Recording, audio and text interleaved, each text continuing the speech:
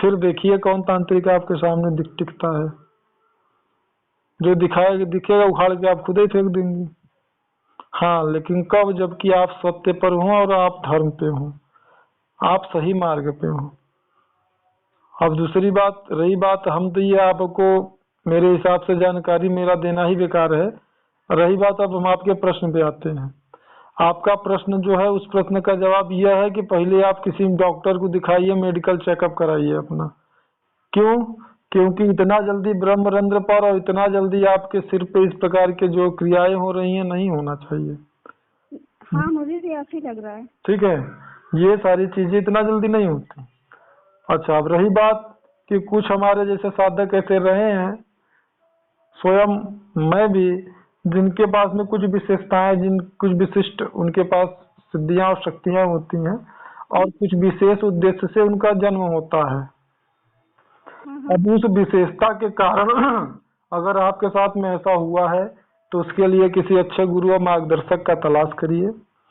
जिसके कि आपको कोई समस्या, दिक्कत, प्रॉब्लम कुछ होती है तो आप उन्हें कॉल करके उनसे संपर्क करके बात कर पाइए और समर्पित हो पाइए, पूर्ण समर्पित कि हाँ गुरुदेव अगर उन्होंने कहा है तो मुझे ये करना है।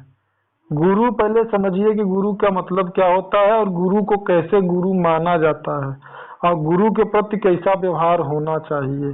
सर्वप्रथम इस चीज को पहले देखिए, जानिए, समझिए। गुरु शब्द का अर्थ क्या होता है, गुरु को कैसे समझना चाहिए, गुरु को कैसे मानना चाहिए, गुरु के प्रति हमारी श्रद्धा, भाव, भक्ति, समर्पण कैसा होना चाहिए। ये सारी चीजों को समझिए पहले, उसके बाद गुरु बनाइए। नहीं तो कोई अगर वास्तविक गुरु रहेगा तो आपको तुरंत तुरंत कहेगा भाग जाओ यहाँ से, तुरंत भगाएगा, 1 मिनट नहीं लगाएगा आपको अपने पास। क्यों?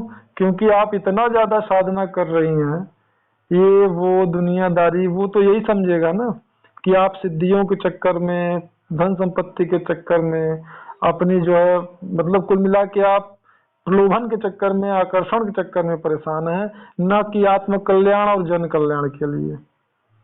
क्योंकि आपका मार्ग अगर जन कल्याण और आत्म कल्याण के लिए है तो ये इस प्रकार की कई प्रकार की साधनाएं करने की बिल्कुल आवश्यकता नहीं है आपको। सबसे पहले साधक को साधना या अध्यात्म में जाने से पहले अपने आप को जानने की जरूरत है। अगर उसने स्वयं को जाना तब उसके बाद उसके पास सिद्धियां और शक्तियां तो उसके पीछे पीछे भागती हैं। जिस दिन की आप अपनी शक्ति और सामर्थ्य को जान लेते हो, फिर आपको किसी सिद्धि शक्ति के लिए साधना की जरूरत नहीं पड़ती है। बात समझ रही हैं? हर बात बुरी लगी हो तो क्षमा करिएगा, लेकिन हम कड़े शब्दों से ही नहीं, सही बात है। क्योंकि एक बात किसी की कैसी भी हो, कड़वी हो चाहे कैसी भी हो, लेकिन हमेशा ना वो बात एक्सेप्ट करनी चाहिए। क्योंकि हम अपनी कमियों को पकड़ेंगे तभी और उन्हें सुधारेंगे तभी हम आगे बढ़ेंगे। अगर हम किसी की बात का बुरा मान के रह जाएंगे ना तो हम कभी जीवन में कुछ आगे कर ही नहीं सकते। क्योंकि हमें अपनी सच्चाइयों को समझना चाहिए। अगर हमें कोई समझा रहा है और उस बात पर हमें अमल करना चाहिए। कि अगर मैं अब उसकी बात खत्म कर रहा हूँ, मैं आपकी बात कर रहा हूँ। हम आप ही का मार्गदर्शन करने लगे, आप आगे बढ़ जाएंगे तो गारंटी क्या है कि आप सब समर्थशाली और शक्तिशाली होने के बाद हमारी बात को मानेंगी। हम कैसे मानेंगे? आप तो विश्वास कर लें। हम कैसे मान लें कि हमारे द्वारा प्रदान की गई दिव्य शक्तियों का, दिव्य जो है गुप्त रहस्य, गुप्त विद्याओं का आप जो है कभी भी जो है कि उसका दुरुपयोग नहीं करेंगी? इस बात की गारंटी क्या है?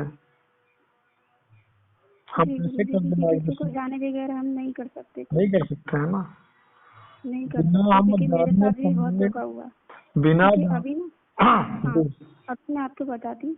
अभी कुछ टाइम पहले तांत्रिक बोल रहा था आज्ञा चक्र खोलेंगे आगे फोन पे गाते। मैंने शकल से नहीं देखा, लेकिन ब्रह्मलोक आश्रम है उसका, तो बहुत सारे लोगों को साथ फ्रॉड कर रहा है। उसने मेरी शक्तियों को देखा और फिर शक्तियों को उसने चेक कर ली, मेरी आगे खुला नहीं था कि मेरी शक्तियों का वो दुरुपयोग कर रहा है बराबर लगातार, और वही नेगेटिव चीजें भी छोड़ रहा है। क्योंकि इस विश्वास में ले लिया कि हाँ वो गुरु कितना अच्छा है, ऐसा है वैसा है, क्योंकि मेरे गुरु तो हैं ऑलरेडी। लेकिन वो आगे चक्र खोला, बोलते ना कि गुरु एक होना चाहिए, अच्छा गुरु दीक्षा दीक्षा गुरु एक होना चाहिए। शिक्षा शिक्षा शिक्षा गुरु कितने भी हो सकते हैं। जैसे हमारा एक गुरु है दीक्षा गुरु, और इंग्लिश पढ़ाने वाला अलग है, विज्ञान पढ़ाने वाला अलग है, संस्कृत, हिंदी, ऐसे शिक्षा गुरु नहीं बहुत नहीं है। नहीं नहीं, मैं आपकी बात यहाँ काटूंगा। आपका नाम क्या है? प्रिया। प्रिया जी, अब आप ये गलतफहमी अपने दिमाग से निकाल दीजिए। हाँ। क्या कि गुरु एक होना चाहिए, या अथवा गुरु दीक्षा देने वाला गुरु एक होना चाहिए? कदापि नहीं। हमें मार्ग में जैसे गुरु की जरूरत पड़ेगी, हमें आत्म कल्याण के लिए, मोक्ष के लिए, हम वैसे गुरु से दीक्षा लेंगे। जिस मोड़ पे, जिस मार्ग पे जहाँ मुड़ना होगा, उस मोड़ पर हमें जिस गुरु का सपोर्ट मिलेगा, हम उस गुरु का सहारा लेकर के अपने लक्ष्य को प्राप्त करेंगे।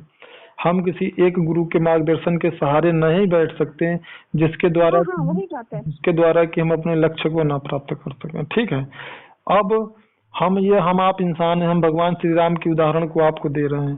भगवान हाँ, श्री मेरा राम वही इष्ट है। भगवान मेरा इष्ट श्री भी राम वही। ने कितने गुरुओं का गुरु दीक्षा लिया है पता है आपको? हाँ हाँ हाँ। शायद तो गुरु दीक्षा भी है। हमें लगता है कि हम आपको गिना नहीं पाएंगे। हम्म। ये अलग है कि उनके राजगुरु थे वशिष्ठ जी। हाँ वशिष्ठ हाँ उनके हाँ, वो गुरुकुल थे, ना, कुलगुरु थे वो उनके। वो तो कुल गुरु थे ना।